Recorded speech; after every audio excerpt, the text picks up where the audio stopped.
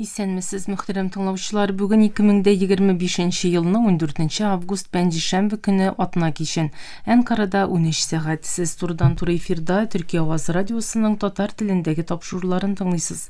Тапшыруларыбызның бүгенге чыгарылышында соңгы хәбәрләрдән соң Төркиянең тышкы сәясәте программасы һәм татарларның Төркиягә мөхаҗирлеге язмасын тәкъдим итәрбез.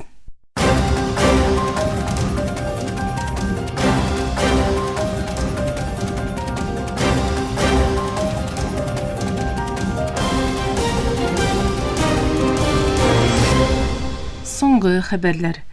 Пакистан башкаласы Исламабадта оештырылган бәйсезлек көне парадында төрек кораллы көчләренә бәйле бер берлек парадка чыккан вакытта меңнәрчә кеше торып басты. Пакистанның иң югары дәрәҗәле сәяси һәм хәрби лидерлары урын алган парад илнең 79-нчы бәйсезлек көненнән бер көнлек пәнҗешәмбе көнне оештырылды. Төркия белән беррәттән Азәрбайҗан да парадка килгән кораллы көчләре белән игътибарны җәлеп итте. АКШ илбашы Дональд Трамп Аляскадагы очрашудан алда Русияны кисәтте. Трамп якынлашучы Аляска очрашуыннан алда Русия дәүләт башлыгы Путинга Украинадагы сугышны бетермәгән очракта бик җитди нәтиҗәләр белән очраша алачагы мәсьәләсендә янады. Чәршәмбе көнне Вашингтондагы Кеннеди центрда белдерү ясаган Трамп Путин сугышны бетермәгән очракта Русиянең санкциялар белән очрашмаячагы соравына булай дип җавап бирде. Әйе, санкциялар булачак, бик җитди нәтиҗәләре белән очрашачаклар. Бу белдерү Трамп Украина лидеры Зеленский һәм калган Европалы лидерлар белән сөйләшү үткәреп берничә сәгатьтән узуга ясалды. АКШ илбашы бу җыелышны бик яхшы дип атап, җыелышка 10 балдан 10 балл бирер идем, бик дустана җыелыш булды диде. Трамп бу сүзләрне икенче ел башы чорында Путин белән беренче тапкыр күрешергә әзерләнгән вакытта әйтте. АКШ лидеры Алясканың Анкоридж шәһәрендә узуы планлаштырылган очрашуның Путин, Зеленский һәм үзе катнашачак өч яклы җыелышка нигез әзерли алачагын белдерде. Икенче җыелыш үткәрү ихтималы зур, беренчесеннән тагын да нәтиҗәле булачак, чөнки беренче җыелышта кайда булуыбызны һәм нәрсәләр башкаруыбызны аңларга тырышачакмын. Беренчесе яхшы узса, тиз генә икенчесен уздырырбыз, моны тиз арада үткәрергә телим. Теләсәләр илбашы Путин, дәүләт башлыгы Зеленский һәм минем арамда тиз рәвештә икенче җыелыш булыр дигән Трамп, җомга көнге очрашуда кайбер искиткеч нәрсәләрнең чынга аша алачагын, ләкин моның зур үлчәмдә аннан соңгы өч яклы җыелыш өчен нигез әзерләү булачагын җиткерде. Кирәкле җавапларны ала алмасам, икенче җыелышның кирәксез булуын уйласам, икенчесе узмас дип дәвам итте ул. Чәршәмбе көнне Газада йортсыз калган гаиләләр яшәгән өйләр һәм чатырларга оештырылган Израильнең һавадан һөҗүмнәрендә ким дигәндә 64 фәлестинле үтерелде. Медицина чыганакларына күрә, Израиль көчләре Газадагы Нацарим коридоры янында ярдәм көткән фәлестинләрне артиллерия утына тотты. Израиль көчләре шулай Газа шәһәренең Зәйтүн мәхәлләсенә юнәлде. Гуманитар ярдәм көткән фәлестинләргә ут ачты һәм артиллерия һөҗүмен ясады. Гражданларны саклау хезмәте белдергәнчә, Израиль армиясе соңгы 3 көндә Газаның Зәйтүн мәхәлләсе тирә-ягында 300-дан артык өйне җимерде. Гражданларны саклау төркемнәре бу вазгыятьне торак пунктларына белә торып һөҗүм дип атады. Газадагы гражданларны саклау сүзчесе Мәхмүд Басал чәршәмбе көнне белдерү ясап, Израиль көчләренең Зәйтүнгә һөҗүмнәр оештыруын һәм аеруча 5 катлы яисә тагын да биек биналарга юнәлүен әйтте. Басал кулланылган шартлаткычларның тирә-яктагы корылмаларның җимерелүенә китерүен һәм кайбер өйләрнең эчләрендә кешеләр булганда җимерелүен белдереп түбәндәгечә дәвам итте. Һөҗүмнән алда кисәтү ясалмады һәм көчле бомбага тоту коткару төркемнәренең яраланучыларга ирешүенә комачаулады. Гази үзәгендә урнашкан Зәйтүн мәхәлләсе бу күпләп үтерү вакытында күп тапкыр Израиль һөҗүмнәренә дучар калды. Соңгы җимерекләр фәлестинле рәсми затлар Израильнең хәрби булмаган аскырманы юкка чыгару һәм төбәкне бушату планының бер өлеше дип атаган барышның дәвамы булып тора. Гражданларны саклау төркемнәре дәвам итүче бомбага тоту аркасында шактый урынга керә алмауларын әйтеп, хәрабәләр астында һаман да кешеләрнең була алачагын җиткерде. Шаһитлар Зәйтүн Нептунның кайбер урыннарында барлык блокларның җир белән тигезләнүен ачыклады. 2023 елның октябрендә башланган күпләп үтерү җирле сәламәтлек саклау рәсми затларына күрә 61700дән артык фәлестинленең үлеменә китерде. Үлүчеләрдән яртысы диярлек хатын-кызлар һәм балалар.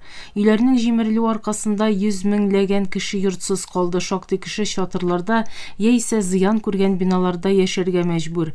Узган ноябрь аенда Халыкара җинаять мәхкәмәсе Израиль баш министры Беньямин Нетаньяху һәм элекке саклану министры Йоав Галлантны Газада сугыш җинаятләре һәм кешелеккә каршы җинаятләр аркасында кулга алу ордерын бирде. Региондагы сугыш аркасында Берләшкән Милләтләр Оешмасы Халыкара мәхкәмәсендә дә геноцидта гаепләнеп Израильгә каршы мәхкәмә эше башлатылды. Халыкара гуманитар ярдәм оешмалары Израильнең Газадагы граждан милкен күп яклы җимерүенең халыкара хокукны бозуын һәм күмәк җәза бирүне һәм хәрби булмаган аскырманы максат итеп алуны тыючы кагыйдәләргә каршы килүе мәсьәләсендә күп тапкырлар кисәтте. АКШ Федераль апелляция мәхкәмәсе Дәүләт департаментының чит илләргә ярдәм итүен мәҗбүри кылучы вакытлыча тыюны гамәлдән чыгарып, ил башы Трампка хокукый җиңү китерде. Колумбия төбәгенең апелляция мәхкәмәсе ике тискәре бер уңай тавыш белән кабул иткән карарда түбән мәхкәмәнең Трамп җитәкчелегенә Конгресс тарафыннан моннан алда расланган чит илләргә ярдәмне яңадан башлату әмерен биреп хата ясавын белдерде. Трамп 20 гыйнварда имзалаган ил башы карарнамәсе белән чит илләргә ярдәмнәр 90 көнгә туктаткан иде. Мөхтәрәм тыңлаучылар, сез Төркия авазы радиосында соңгы хәбәрләр тыңладыгыз.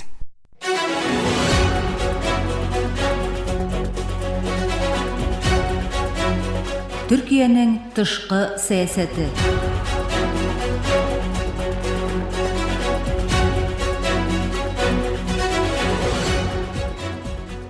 Türkiye'nin tышкы siyaseti topшу tizimimizin bugünkü çaralışında kölemli мәгълүмат, milli imинлек һәм Türkiye temasına to'xtalib o'zarmiz. Xalqaro munosabatlar bilgisi fənlər doktoru Cemil Duaç İpek'nin məsələ turundagı anlatmasını təqdim etamiz.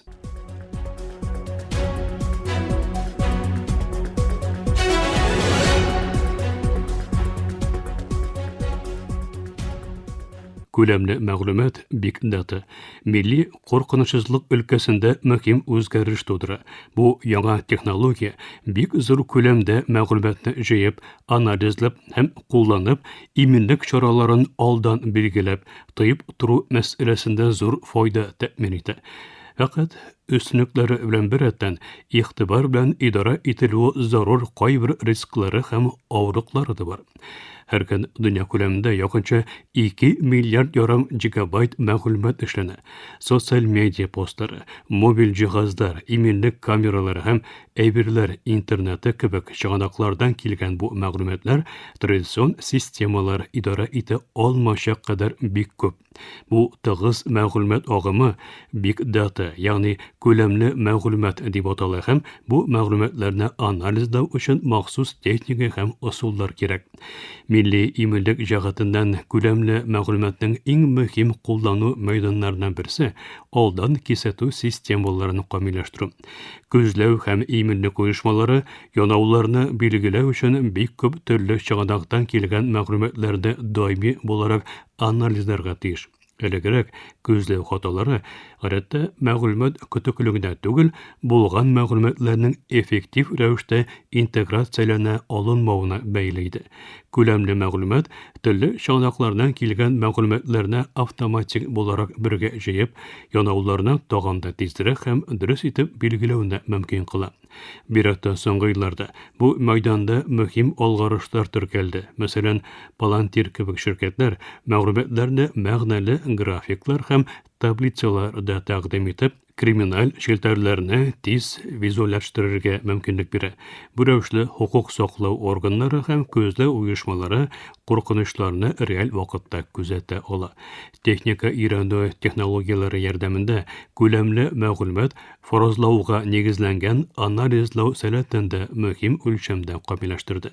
Фақат күләмле мәгълүматның кайбер шекләүләре һәм авырлыклары бар. Иң мөһим проблемалардан берсе мәгълүматларның кайчагында билгеле бер төркемнәргә басым ясап, ялгыш анализлауга юнәлтүе. Бу вазгыять кайбер төркемнәрнең гадел булмаган рәвештә тәмбик итеп алынуына яки игътибарсыз калдырылуына сәбәп була.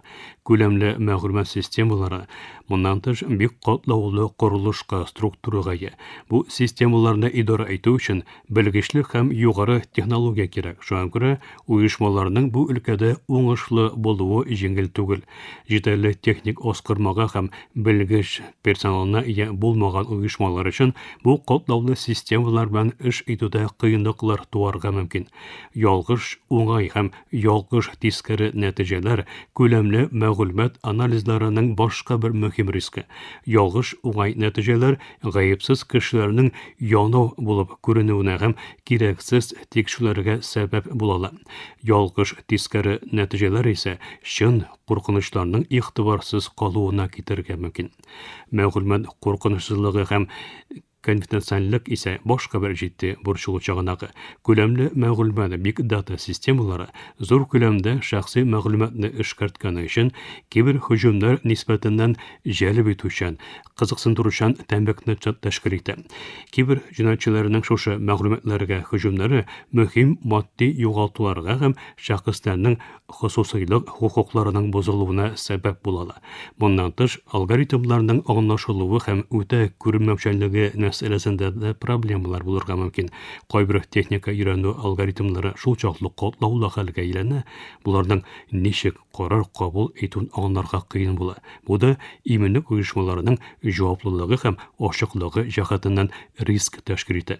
Бүгенге көндә күләмле мәгълүмат Төркиянең милли иминлек сәясәтендә террорчылыктан кибер һәм шик буе куркынычсызлыгына кадәр критик коралга әйләнде. Бу санлы трансформация иминлек көчләренә тагын да тизрәк һәм төгәлрәк карар кабул итү мөмкинлеген бирсә, шул ук вакытта техник сәләт кадәр мәгълүмат хосусыйлыгы, конфиденциальлеге һәм куркынычсызлыгы кебек рискларның идара ителүендә мәҗбүр итә.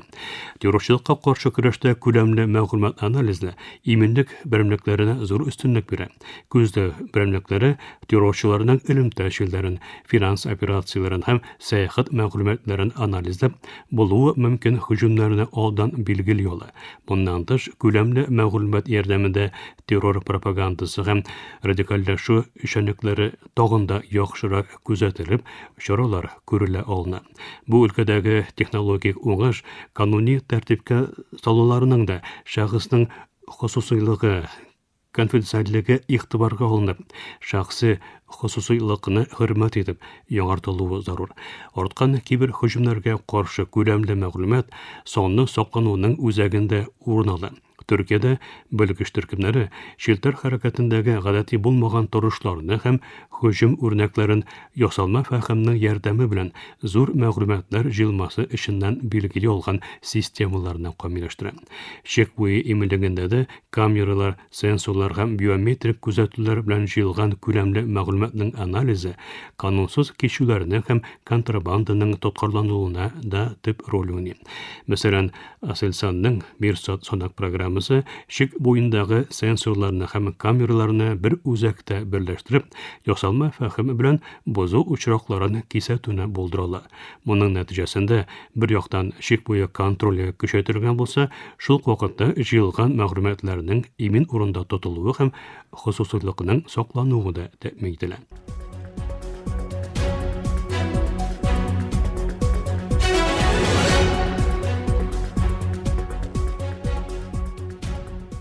Бу рәвешле күләмле мәгълүмат милли куркынычсызлык өлкәсендә зур форсатлар тәкъдим итә. Фәкать бу технологияның уңышлы рәвештә кулланыла алынуы өчен мәгълүмат идарәсе һәм анализы мәсьәләсендә сак һәм игътибарлы булырга кирәк. Дөрес идара, этик принциплар һәм даими техник контроль белән күләмле мәгълүматның файдаларын кулланырга мөмкин була. Күләмле мәгълүматка нигезләнгән иминлек алымнарының уңышлы була алуы өчен кайбер балансларга игътибар ителүе шарт. Киң кырлы мәгълүмат җыелган чакта хосусыйлык хукукларын саклаучы баланслы, тигез һәм үтә күренмәле хукук кысасы булдырылырга тиеш. Җирле күләмле мәгълүмат аскырмаларына һәм ясалма фәһем шешелешләренә капитал салынып, Төркиянең сонны бәйсезлеге ныгытылырга тиеш. Иминлек персоналының мәгълүмат аналитикасы һәм кибер вакыйгалары камилләштерелгән чакта, халыкның да сонны хәбәрдарлыгы күбәйтелергә тиеш. Халыкара мәгълүмат уртаклашу һәм хезмәттәшлек белән шикләрне узган террорчылык, контрабанда һәм кибер җинаятьләргә каршы уртак көрәш алып барылырга тиеш. Күләмле мәгълүмат чорында Төркия бу тигезлекләргә игътибар итеп, милли иминлеген һәм техник һәм дә сәяси яктан көчәйтә ала.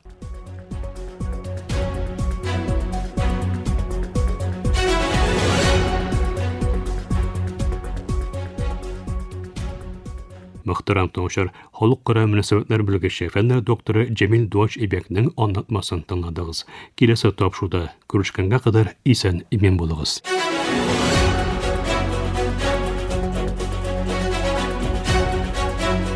Төркиянең тышкы сәясәте.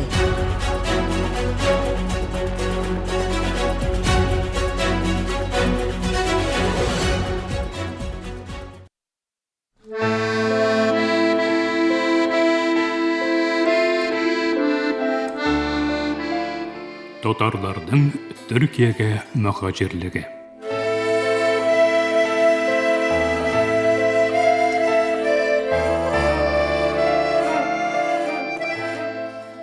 Мөхтәрәм тыңлаучылар, Төркиягә татар хуҗратына багышланган тапшыру үзмәбезнең бүгенге 33нче бүлегендә Закир Кадри турында сүз алып баруыбызны дәвам иттерәбез.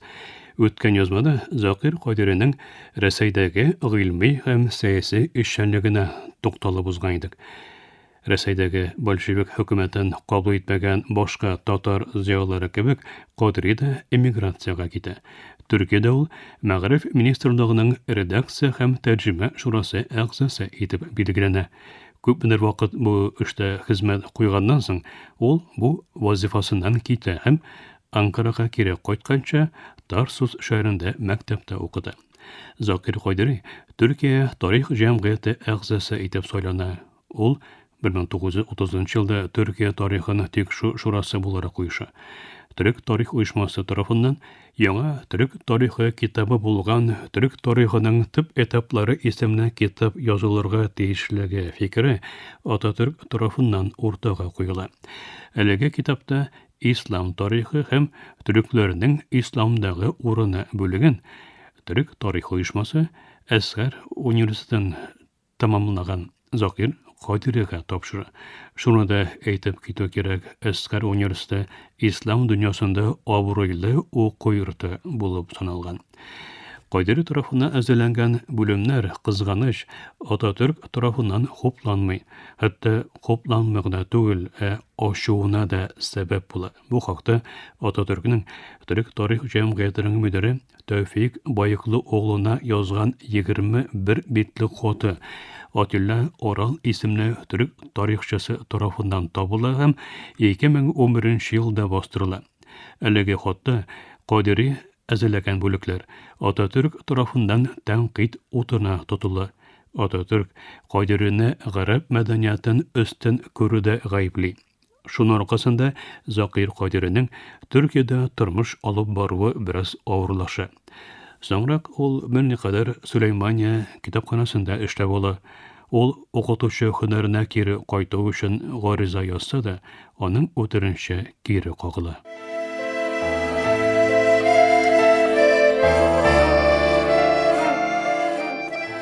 19-нчы гасырдан башлап Финляндиягә күченгән татарлар патша хөкүмәте вакытында Рәсәй җирлегендә булганнары өчен укытучы һәм имамнарга кытлык булмый. Ләкин Финляндия бәйсезлек алганнан соң Советлар Берлеге һәм Финляндия арасындагы начар мөнәсәбәтләр вакытында имамнарга һәм укытучыларга булган ихтыяҗларын канәгатьләндерү өчен Төркиягә тайналар. Монда шуны да әйтеп китү кирәк, Советлар Берлеге СССР таркалганнан соң Финляндия татарлары яңадан Русиядан, Рәсәйдән имам һәм укытучылар чакыра башлар. Бүгенге көндә анда Рәсәйдән барган имам әле дә хезмәт итә. Ләкин 2022 елдан башлап мәгълүм сәбәпләр аркасында кире элеккеге проблемалар баш күтәрә.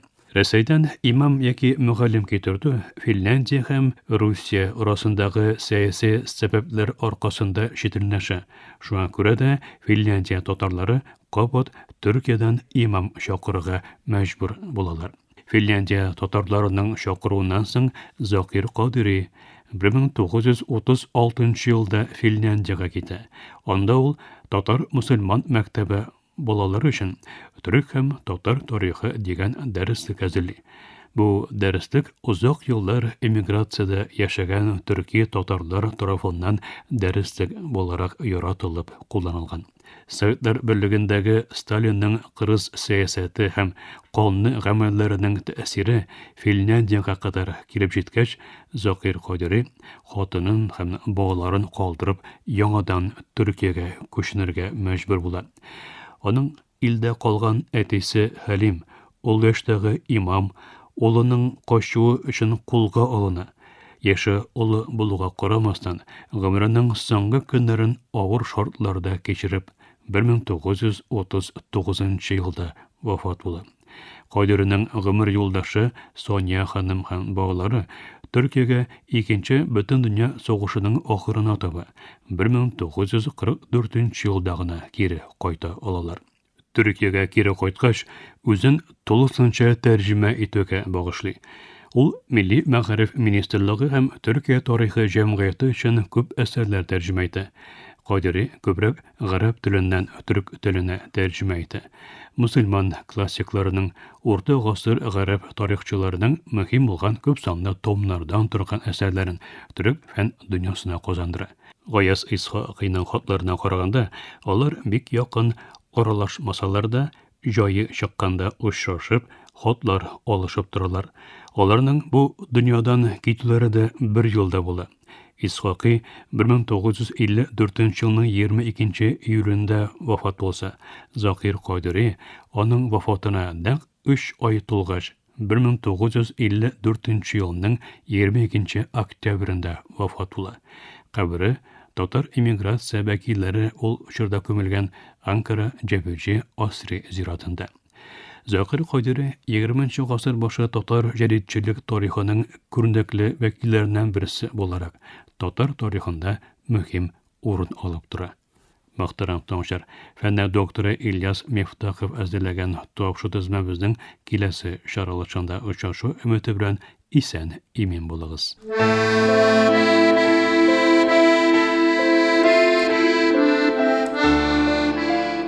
Татарларның Төркиягә мөхаҗирлеге.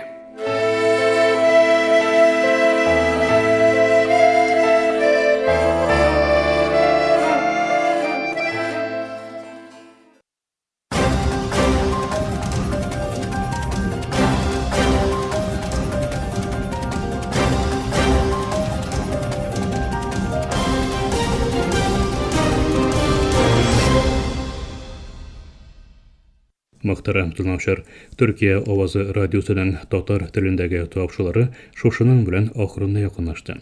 Безнең программа һәр көн Төркия һәм Казан вакыты белән көндезге сәгать 1дә 31 метрлы кыска тулкынның 9855 килогерц ишлыгыннан. Төрксат 3А һәм Төрксат 4А яшьне белән 3 тапкыр w.trt.net.tr янсызык татарча интернет адресынан тапшыла.